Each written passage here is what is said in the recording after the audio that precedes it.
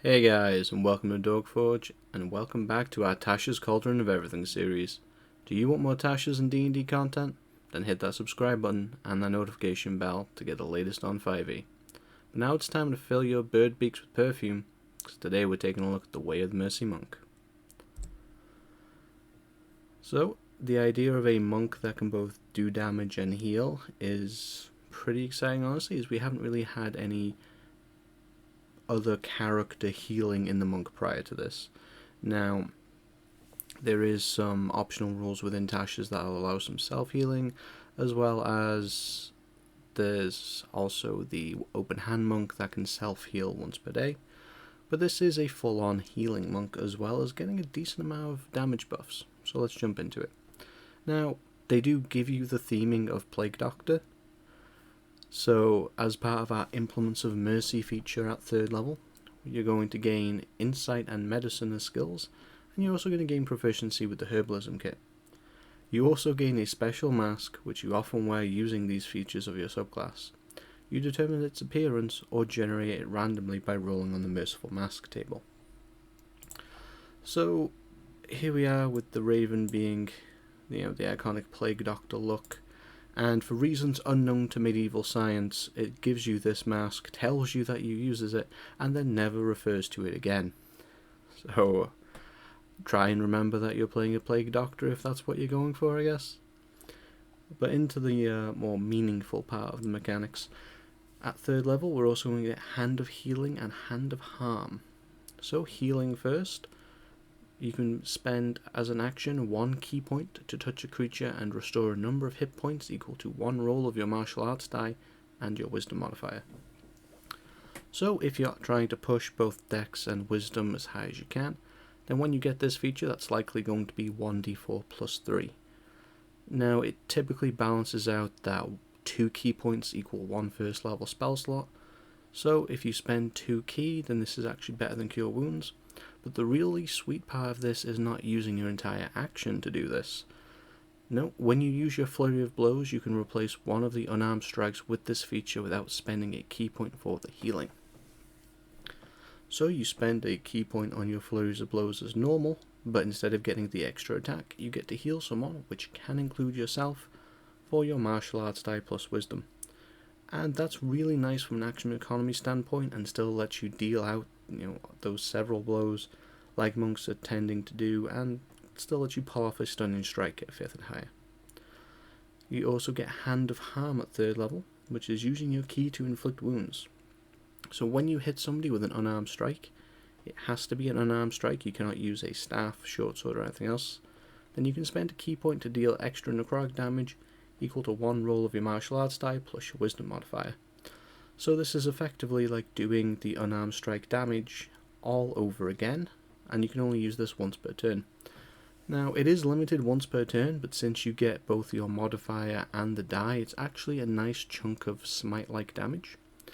And both of these abilities do get some scaling between your wisdom modifier and your martial arts die, and get improved later in the subclass. So we're starting out really strong, and it only gets better from here, really. So, 6th level, we're going to get Physician's Touch. So this is essentially an extension of primarily our healing abilities. So when you use Hand of Healing on a creature to restore hit points, you can also end a disease or one of the following conditions on that creature. And those conditions can be blinded, deafened, paralyzed, poisoned, or stunned.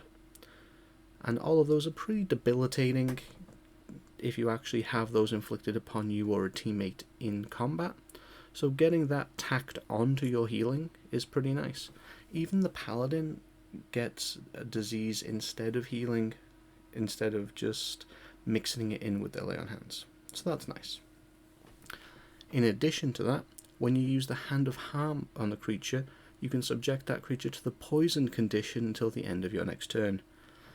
Now, the important thing here is that the poison condition, as long as the creature is not immune to it, poison is one of the more common things to have immunity in the game. As long as they're not immune to it, this has no save. So essentially, you get to burn a single key point to do a bunch more damage, and then you get a free debilitating condition for a turn on top of it. That's really nice, and that's coming in at 6th level, right after you get Stunning Strike. So nothing but gravy so far as we move into our 11th level feature, Flurry of Healing and Harm. You can now mete out a Flurry of Comfort and Hurt. When you use Flurry of Blows, you can now replace each of the unarmed strikes with the use of your healing hand without spending key points for the healing. So now you get to burn a single key point and get 2 applications of your healing. That's pretty crazy. You can, with your larger movement speed as a monk, you could pop a couple of punches into the bad guy's face, maybe throw a Hand of Harm on top of that, and then just burn a single key point and bounce around the battlefield healing your teammates. Or if if you've been up in the bad guy's face this entire time, pop a double heal on yourself. That's quite a substantial amount of healing by this point. Now, in addition to that, when you make an unarmed strike with your Flurry of Blows, you can use Hand of Harm with that strike without spending the key point for Hand of Harm. This does not let us use Hand of Harm more than once per turn. That restriction is still in place. However, it is a little nicer on our key, which frees it up to be used more for more frequent flurries and more frequent harm and healing. Now, the final feature for this subclass at 17th level is Hand of Ultimate Mercy. Now, you might think that this is going to be the ultimate mercy of, putting them out of their misery, but they've gone the other way. So, your Mastery of Life energy opens the door to the Ultimate Mercy. As an action, you can touch the corpse of a creature that died within the last 24 hours and spend 5 key points. That creature then returns to life, regaining a number of hit points equal to 4d10 plus your Wisdom modifier. But on top of that, if the creature died while subject to any of the following conditions, it revives with them removed: blinded, deafened, paralyzed, poisoned, and stunned. Once you use this feature, you can't use it again until you finish a long rest. So, it's a healing monk, and at the end of things, you do get the ability to revive people. It's kind of like a souped up Revivify in that 5 key points kind of maps across to a 3rd level spell slot. Although you obviously get the added benefit of 24 hours instead of a minute, and they come back with 4d10 plus Wisdom instead of 1 hit point. So, yeah, that's our Way of Mercy monk, and to be honest, I'm really pleased with it. This is a monk that I can definitely see myself playing. I think that it's also a monk that's not too heavy on key, whilst meaningfully expanding the monk's options. If you're looking to just deal a bunch more damage as a monk, whilst still doing that unarmed combat martial arts thing, then this is a really solid choice. Something that the open hand monk doesn't really offer you, as that's more focused on control. But what do you think about the Way of the Mercy monk? Tell us in the comment section down below, and hit that like button if you enjoyed this video. Whilst you're there, hit that subscribe button and notification bell for more D&T and Tasha's content. I've been Paul, and I'll see you next time at the Forge.